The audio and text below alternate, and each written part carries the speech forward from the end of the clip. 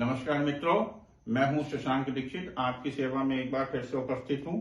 आज मैं, जैसा कि इसमें लिखा है, लग्नेश यानी लग्न का जो स्वामी होता है, लग्नेश की अन्य भावों पर क्या स्थिति होती है, मैं इस छोटे से वीडियो में बहुत जल्दी फटाफट आपको बता देता हूं। लग्न में कौन सी संख्या लिखी है इस पे मत जाइए। इसमें 1 नंबर लिखा हो या 2 नंबर लिखा हो, 3 नंबर, 4 नंबर, वॉटएवर। लग्न में, इस चित्र में लग्न में 4 नंबर लिखा है। 4 नंबर का तात्पर्य कर्क लग्न। तो कर्क लग्न का स्वामी हो गया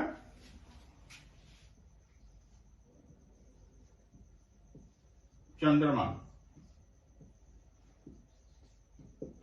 कर्क लग्न का स्वामी हो गया चंद्रमा। हम आपको जल्दी बता देते हैं कि अगर लग्नेश यानी लग्न का स्वामी अन्य भावों पर बैठता है तो उसकी क्या स्थिति होती है। मान लीजिए लग्न का स्वामी द्वितीय भाव में बैठे, सेकंड हाउस में यानी कि धन भाव में बैठे, तो ऐसा व्यक्ति अपने कुटुंब के प्रति बड़ा समर्पित होता है और वो कुछ भी ना करे तब भी उसके पास धन आगमन बराबर बना रहता है। यदि लग्न का स्वामी तीसरे भाव में बैठता है, तीसरे भाव में बैठता है यानी कि पराक्रम हाउस में बैठता है, तो ऐसा व्यक्ति अपने पराक्रम के जरिए समाज में अपना नाम रोशन करता है। अपने छोटे भाई बहनों से उसकी बड़ी अच्छी घनिष्ठता, तारतम्यता रहती है। अगर लग्न का स्वामी चौथे भाव में बैठ जाए, लग्न का स्वामी यानी कि यहां का स्वामी अगर चौथे भाव में बैठ जाता है तो फोर्थ हाउस के जो कारक तत्व होते हैं, भूमि, भवन, संपत्ति, अचल संपत्ति, वाहन और माता का सुख, इसमें कोई कमी नहीं रहती। भरपूर मात्रा में उसके पास में वाहन, सुख और अचल संपत्ति का स्वामी होता है। इसी के उपरांत अगर लग्नाधिपति, लग्न का स्वामी अगर पंचम भाव में बैठ जाए यानी कि संतान और विद्या के भाव में बैठ जाए, तो ऐसे व्यक्ति को आजीविका या विद्या ऐसी प्राप्त होती है जिससे उसका धनोपार्जन हो सकता है, संतान का सुख होता है, संतान से सुख होता है। दूसरा, अभी तक तो ये बहुत अच्छी चीजें थी, लेकिन इसके विपरीत भी बहुत सारी चीजें भी होती हैं। किसी भी कुंडली में 6वां, 8वां और 12वां भाव सामान्यतः शुभ नहीं माना जाता है। अगर लग्न का स्वामी कुंडली के 6ठे भाव में बैठ जाता है, यानी कि लग्न का स्वामी कोई भी हो, यहां पे लग्न कोई भी हो, हमने यहां पे लग्न 4 नंबर यानी कि कर्क राशि दे रखी है। अब यहां पे 5 नंबर भी हो सकता है, 5 का स्वामी हो गया सूर्य। अब यहां पे 3 नंबर भी हो सकता है, 3 नंबर का स्वामी हो गया मिथुन का बुध। लग्न का स्वामी अगर 6वें भाव में बैठ जाता है तो ऐसे व्यक्ति का जीवन बड़ा विवादों में भरा हुआ होता है और कर्ज हैं, रोग हैं, गुप्त शत्रु हैं, आए दिन उसको समस्याओं का सामना करना पड़ता है। अगर अन्य कुंडली में अन्य ग्रह शुभ स्थिति में नहीं है तो स्थितियां कभी कभी बड़ी विकट हो जाती हैं। अगर लग्न का स्वामी यानी कि यहां पे कर्क लग्न है, कर्क लग्न का स्वामी चंद्रमा हुआ, चंद्रमा अगर 7वें भाव में बैठ जाता है तो ऐसा व्यक्ति पत्नी प्रेमी होता है, स्वरोजगार में अच्छा करता है, लव मैरिज के भी चांसेस होते हैं। अगर लग्न का स्वामी, लग्न कोई भी हो, यहां पे नंबर कोई भी हो, अगर मान लीजिए यहां पे 1 नंबर लिखा है तो 1 नंबर का स्वामी हो गया, मेष का स्वामी हो गया मंगल। अगर मंगल 8वें भाव में बैठ जाता है, 8वें भाव में, जैसे कि यहाँ पे हमने दे रखा है 4 नंबर, 4 नंबर का स्वामी हो गया चंद्रमा, चंद्रमा अगर अष्टम भाव में बैठ जाता है तो भी बहुत अच्छा संयोग नहीं होता। अष्टम भाव में चंद्रमा बैठने से आकस्मिक दुर्घटना, आकस्मिक परिवर्तन और रोग वगैरह दे सकता है।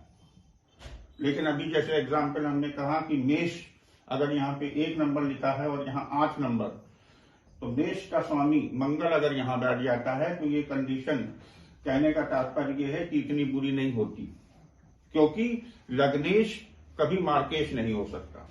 अष्टम भाव मृत्यु का भी कारक है, अष्टम भाव असाध्य रोग का भी कारक है। अष्टम भाव में अगर लग्नेश बैठ जाता है तो ऐसा व्यक्ति रोगी भी हो सकता है, आकस्मिक दुर्घटना का शिकार भी हो सकता है। लेकिन अगर लग्न शुभ है और लग्न का स्वामी यहां बैठा है और अगर शुभ अवस्था में बैठा है तो उसकी बहुत ज्यादा स्थिति खराब नहीं होने देता।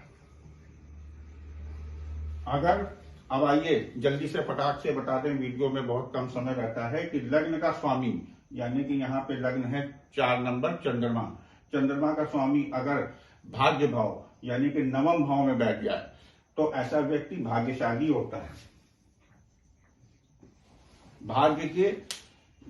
भाग्य के आधार पर वो बहुत धन दौलत संपत्ति कमाता, भाग्य उसका हमेशा प्रबल रहता है। भाग्यवश उसकी बहुत सारी विपदाएं, बाधाएं, जितनी भी मनोकामनाएं हैं पूर्ण होती हैं।